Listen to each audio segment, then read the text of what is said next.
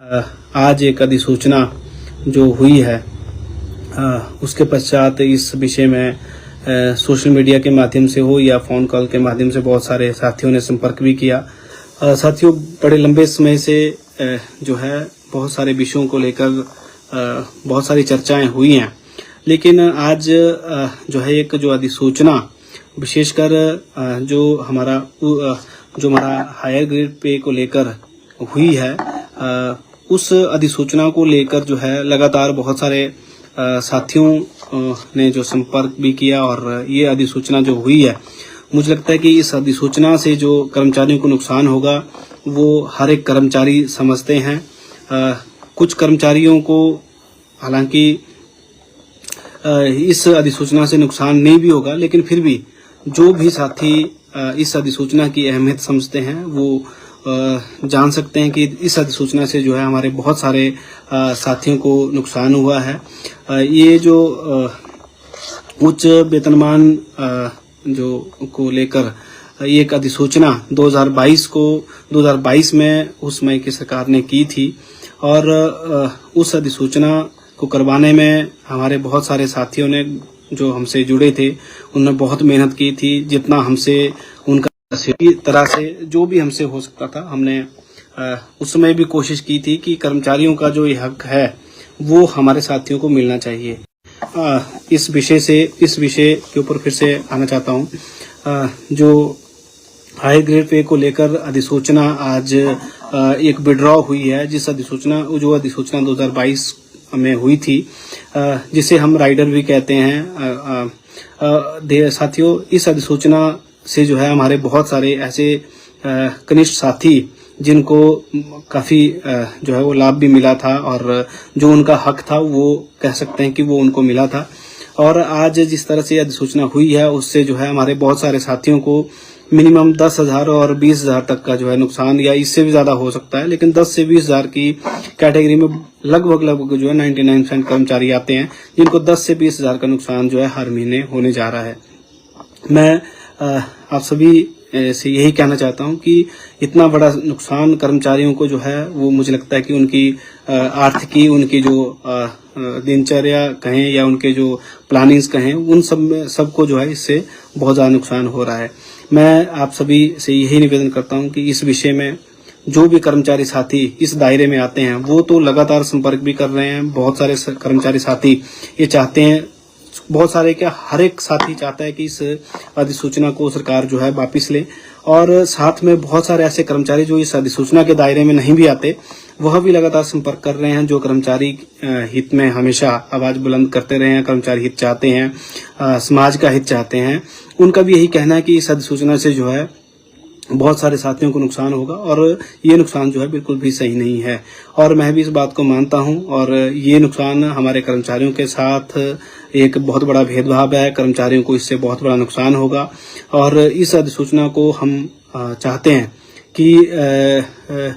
हैं कि इस अधिसूचना को प्रदेश सरकार जल्द से जल्द वापस ले। और इस विषय में, क्योंकि सब जानते हैं इस विषय में कर्मचारियों को बहुत बड़ा नुकसान होने जा रहा है और ये नुकसान जो है बिल्कुल भी सहनीय नहीं है। ये नुकसान अगर सिर्फ साल 2 साल के लिए होता, 10-20 हज़ार का होता है, या महीने 2 महीने के लिए होता है, या लाख 1.5 लाख का भी नुकसान होता, तो तब भी शायद जो है वो इससे बड़ी ज़्यादा दिक्कत नहीं होती। लेकिन ये नुकसान जो है ये जीवन पर्यंत ये नुकसान जो है इसकी भरपाई नहीं हो सकती। वो इसलिए क्योंकि आज इस अधिसूचना को वापस लेने से जिन कर्मचारियों का वेतन 10 से 20 हज़ार कम होगा वो जीवन भर जो है ये डिफरेंस चलता रहेगा। तो मैं माननीय मुख्यमंत्री महोदय से, माननीय जो हमारे चीफ सेक्रेटरी महोदय हैं, हमारे मुख्य सचिव महोदय और इनके साथ जो है हमारे वित्त सचिव, उनसे ये निवेदन करता हूं कि इस अधिसूचना को वापस ले जाए। इस लाइव के माध्यम से मैं उनसे ये निवेदन करना चाहता हूं और साथ में मैं ये कहना चाहता हूं कि इस अधिसूचना को लेकर हम एनजीओ फेडरेशन के माध्यम से सोमवार को जो है माननीय मुख्यमंत्री महोदय से भी मुलाकात करेंगे, माननीय जो हमारे वित्त सचिव है या हमारे जो मुख्य सचिव है इनसे भी मुलाकात करेंगे, और जिनसे भी हमें मुलाकात करने की जरूरत हो, जिस भी स्तर पे जो है अपनी हमारे साथियों की आवाज को उठाने की जरूरत हो, उस हर स्तर पे जो हम इस विषय को रखेंगे ताकि हमारे उन सब साथियों को न्याय मिल सके, उन सब साथियों का हक जो है हम वापस दिलाने में कामयाब हो सकें, क्योंकि ये हमारे उन साथियों को लाभ मिला है जिन साथियों का वेतन जो है 20 से 25 या 30 हजार के आसपास था। और ये उन लोगों के लिए इसलिए जरूरी था क्योंकि ये बहुत कम वेतन उन साथियों को था। और जिन लोगों ने ये सारी पे स्केल रिवीजन को लेकर जो काम किया है वो सारे अधिकारी हैं। और मैं आप सबके साथ ये दावे से कह सकता हूं कि जितना जो ये इस अधिसूचना से जो हमारे साथियों को लाभ 10-15 हजार हुआ था, और पहले से वो जो 20, 25, 30 हजार के आसपास जो है वो अपना वेतन ले रहे थे, वो कुल मिलाकर जो है 35 से 40-45 हजार तक जो है वो अपना वेतन ले रहे थे। तो 35 से 40 या 45 हजार तक उनका इस अधिसूचना से वेतन बनता था। और इसको जब हम विड्रॉ कर रहे हैं वर्तमान समय में, अगर ये विड्रॉ हो रही है तो ये इससे जो है हमारे साथी 10, 15, 20 हजार जो है डाउन आएंगे और ये 30 हजार से भी जो है फिर नीचे आ जाएंगे। और जिन अधिकारियों ने इस जो पे स्केल को लेकर जो अधिकारी काम करते हैं, उन अधिकारियों के बारे में अगर मैं सिर्फ यही कह सकता हूं कि ये हमारे साथियों का टोटल इस अधिसूचना से जो वेतन बन रहा था वो 35 से 40-45 हजार तक बन रहा था। और उन लोगों को जो ये हमारा वेतन पीछे हमें मिला 2022 में 21-22 में,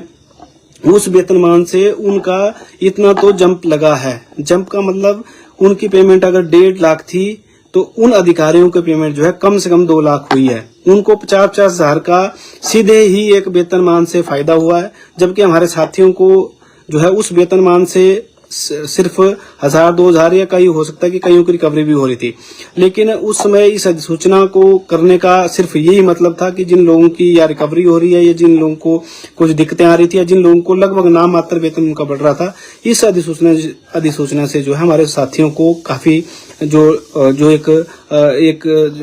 ऐसी स्थिति बनी थी कि वो अपना गुजर बसर जो है थोड़ा आसानी से जो कर सकते थे, या ये कह सकते हैं कि उनको एक सम्मानजनक वेतन जो है वो मिलना शुरू हुआ था। लेकिन आज जिस तरह से ये अधिसूचना विड्रॉ हुई है, इस अधिसूचना के बाद फिर से हमारे वो साथी जो है फिर से 25-30 हजार में आएंगे और 25-30 हजार से वो किस तरह से अपना गुजारा कर सकते हैं। बहुत सारे साथियों का आज टेलीफोनिकली मुझे ये भी कहना था कि प्रदीप जी, आपने लगातार कर्मचारी साथियों के लिए जो है आवाज बुलंद की है, लेकिन अब इस समय जो आज की जो अधिसूचना है उससे हमें सबसे बड़ा नुकसान यह है कि किसी ने अगर होम लोन लिया है और वो अगर 45 हजार पेमेंट ले रहा है, तो अगर उन्होंने 20 लाख या 25 लाख भी होम लोन लिया है तो उनकी जो EMI बनती है वो जो है वो लगभग 20-25 या 20 हजार ही मान के चलें, 20 हजार बनती है। तो वो अगर 25 से 28 हजार जो अगर पेमेंट लेंगे तो क्या वो 8 हजार में अपना गुजारा कर पाएंगे। और ये ऐसा नहीं हम कह सकते कि वो जो है उनको जो है ऐसे इतना लोन उन्होंने क्यों लिया, क्योंकि अब उन्होंने अपनी उन परिस्थितियों को देख कर लिया। क्योंकि अगर वो 40 या 45 हजार तनख्वाह ले रहे हैं, 20 हजार अपना लोन में कटवा रहे हैं, 20 हजार से अपने परिवार का पालन पोषण कर रहे थे, अब वो कैसे जो है इस अपने परिवार का पालन पोषण करेंगे। इस तरह की बहुत सारी ऐसी दिक्कतें हैं जिनको मुझे लगता है कि हमें सरकार के समक्ष रखना पड़ेगा। माननीय मुख्यमंत्री महोदय ने OPS प्रदेश में बहाल की है, जिसके लिए हम तहे दिल से जीवन भर उनका धन्यवादी रहेंगे हैं। और साथ ही साथ जो है उन्होंने कर्मचारी हितैषी होने का एक उदाहरण स्थापित किया है। लेकिन अधिकारियों के द्वारा इस तरह की जो अधिसूचनाएं करवाना मुझे लगता है कि कहीं ना कहीं बहुत गलत है। माननीय मुख्यमंत्री महोदय तक भी गलत फीडबैक हो सकता है कि गई हो। हम उनको जो सही फीडबैक दे के कर्मचारियों की इस अधिसूचना से जो है कितना कर्मचारियों को नुकसान हो रहा है, इस तरह की हर परिस्थिति से जो है उनको अवगत करवाने की पूरी कोशिश करेंगे। और मुझे पूरा विश्वास है वो हमारी इस विषय में बात सुनेंगे भी, और मुझे ये भी विश्वास है कि इस अधिसूचना को वापस करवाने में भी हम कामयाब होंगे। मैं सभी साथियों से एक बार पुनः निवेदन ये भी करना चाहता हूँ, बहुत सारे साथी इस अधिसूचना को लेकर जो है OPS को टारगेट कर रहे हैं, तो मेरा एक साथियों से निवेदन है, हमारा विषय चाहे वो हाई ग्रेड पे हो, चाहे हमारा कुछ भी और विषय हो, चाहे हमारा DA हो या कोई भी और विषय हो, कृपया करके आप OPS को टारगेट ना करें। आप टारगेट करें, जो विषय जिस विषय के ऊपर बात करनी है उस विषय को हमें कैसे जो है उसका समाधान करना है, कैसे हमें उस विषय में सफलता मिले, इसके लिए हमें जो है काम करना है और कैसे हमें आगे बढ़ना है। और मैं आप सभी से हमेशा की तरह जो है एक यही निवेदन करूंगा कि आप सभी हमारा साथ जरूर देंगे और मुझे पूरा विश्वास भी है। और इसके साथ साथ बहुत सारे साथी फिर से आज कमेंट के माध्यम से कुछ और विषयों के बारे में भी लिख रहे हैं। मैं छोटा सा 2-3 मिनट उन सब विषयों के ऊपर भी जरूर बोलूंगा, लेकिन मैं एक बार पुनः आदरणीय श्री सुखविंदर सिंह सुक्खू, माननीय मुख्यमंत्री हिमाचल प्रदेश से निवेदन करना चाहता हूं कि इस अधिसूचना को वापस लिया जाए, क्योंकि जिन अधिकारियों के द्वारा जो पे स्केल को लेकर काम किया गया है, उन अधिकारियों के खुद के वेतन जो है 50,000 या इससे ऊपर ही इस पे स्केल से बढ़े हैं, और हमारे साथी 50,000 टोटल भी नहीं ले रहे हैं। और उसके बाद भी इस तरह की अधिसूचना विड्रॉ करना, मुझे लगता है कि कर्मचारियों को बहुत बड़ा नुकसान इस अधिसूचना से हो रहा है। और साथ ही साथ मुझे भी विश्वास है माननीय मुख्यमंत्री महोदय जमीन से जुड़े हुए व्यक्ति हैं, वो खुद एक कर्मचारी के बेटे हैं, वो इन हर एक विषय को समझते हैं और उन तक सही बात पहुंचाना कर्मचारी लीडर होने के नाते ये हम सब का दायित्व बनता है। तो इसलिए मैं सभी एनजीओ फेडरेशन के जितने भी हमारे पदाधिकारी हैं, इसके साथ साथ विभागीय संगठनों के जितने भी हमारे पदाधिकारी हैं और जो भी अन्य संगठन है, मैं उन सभी से यही निवेदन करना चाहता हूं कि इस विषय में आप जरूर जो है हमारा साथ दें, कर्मचारियों का साथ दें, अपने छोटे भाइयों का साथ दें, छोटी बहनों का साथ दें, ताकि हम इस विषय में जो है आगे बढ़कर काम कर सकें। इस विषय में जो है सरकार को सही परिस्थिति से अवगत करवा सके, ताकि सरकार जो है इस विषय में खास करके सही निर्णय ले सके। मैं पुनः आप सभी का इस लाइव में जुड़ने के लिए एक बार धन्यवाद करता हूं। और साथ में मैं ये कह सकता हूं कि बहुत सारे साथी जो है वो बिजली बोर्ड की ओपीएस को लेकर और अन्य जो हमारे साथी जो ओपीएस से जो 2 या 3% साथी छोटे हैं, उस ओपीएस के लिए भी लगातार जो है इसमें कमेंट के माध्यम से भी लिख रहे हैं और लगातार हमें जो है टेलीफोनिकली और लगातार हमारे सोशल मीडिया के प्लेटफॉर्म पे भी उनकी ओर से सुझाव आते रहते हैं। तो उनसे मैं यही कह सकता हूं कि बिजली बोर्ड की पेंशन के लिए तो हम जो है वो वचनबद्ध हैं। बिजली बोर्ड के साथियों की पेंशन के लिए हमने लगातार प्रयास किए हैं। हालांकि बहुत सारे साथियों को बहुत सारी गलतफहमियां हो सकती हैं, लेकिन मैं उनसे यही कह सकता हूं कि ये ओपीएस जो है हर हाल में होगी। और जिला परिषद के साथियों के साथ इस बार भी लगभग 250 के आसपास जो है जिला परिषद के साथी विधानसभा पहुंचे थे, जिसमें उनके सभी पदाधिकारियों के साथ साथ जो बहुत सारे लोग थे। तो हमने कोशिश की है कि जिला परिषद के साथियों को भी ओपीएस मिले, लेकिन ये सब उन सब साथियों को पता है कि इससे पहले उनका मर्जर जो है विभाग में होना जरूरी है। तो उस मर्जर के लिए हमने लगातार प्रयास किए हैं और ये मर्जर होता है तो इसके बाद जो है वो स्वतः ही ओपीएस के दायरे में आएंगे। तो ये खास करके बिजली बोर्ड और जिला परिषद के साथियों के ओपीएस के लिए लगातार हमने प्रयास किए हैं। अन्य निगम बोर्ड के साथियों के लिए भी हमने लगातार प्रयास किए हैं। तो मुझे पूरा विश्वास है वो ओपीएस भी लेने में हम जल्द कामयाब होंगे। और बहुत सारे साथियों द्वारा जो है लगातार डीए को लेकर हमें ट्रोल भी करने की कोशिश हुई है और बहुत सारे ऐसे साथियों ने इसके लिए जो है वो फिर से ओपीएस को ही जिम्मेदार ठहराने की कोशिश की है। तो मेरा उन सबसे यही निवेदन है कि ये इस तरह की जो है वो मुझे लगता है कि चीजें लिखना सही है या नहीं है, इसका निर्णय तो आप खुद ही कर लें। लेकिन साथ में मैं ये कह सकता हूँ कि बहुत सारे साथियों को मैं देखता हूँ कि उसमें बहुत सारे क्योंकि लाइव में जो है उनके फोन कॉल की वजह से थोड़ी दिक्कत आ रही है। तो मैं यही कह सकता हूं कि चाहे डीए का विषय हो या कर्मचारियों से जुड़े कोई भी विषय हो, उसमें विभागीय हमारे जितने भी खाली पड़े पद हैं उनको भरने के लिए भी हमने लगातार प्रयास किए हैं, जिसमें थोड़े बहुत हम सफल भी हुए हैं, लेकिन बहुत सारे पद अभी भी खाली हैं। और इसके साथ साथ चाहे वो क्लास 4 साथियों की डिमांड हो या हमारे पैरा वर्कर्स की डिमांड हो, हमारे आंगनबाड़ी की बहनों की डिमांड हो या जो भी अन्य जितने भी वर्ग हैं, हमारे अध्यापक वर्ग की जो भी डिमांड हो या जिस भी विभाग की साथियों की कोई भी डिमांड हो, उन सब डिमांड चार्टर हमने पहले ही तैयार किया है, उसमें हम लगातार प्रयासरत भी हैं। लगातार हम माननीय मुख्यमंत्री महोदय के समक्ष उन सभी समस्याओं को उठा भी रहे हैं और बहुत सारे और विषयों के ऊपर भी हमने लगातार जितने भी प्रयास हमसे हो सकते थे वो प्रयास हमने पूरी ईमानदारी से प्रयास करने की कोशिश की है। लेकिन मैं यही कह सकता हूं कि इन सब प्रयासों को हम लगातार जारी रखेंगे, चाहे डीए का विषय हो या कोई भी विषय हो, और चाहे विभाग में जो खाली पड़े पद हैं उनको भरने का विषय हो या कर्मचारियों की बहुत सारी और समस्या हैं, एचआरए बहुत सारे लगभग 15-20 वर्षों से शायद जो है वो 15-20 नहीं शायद 20-25 वर्षों से एचआरए हमारा नहीं बढ़ा है और बहुत सारे और भी छोटे छोटे फाइनेंशियल इश्यूज भी हैं और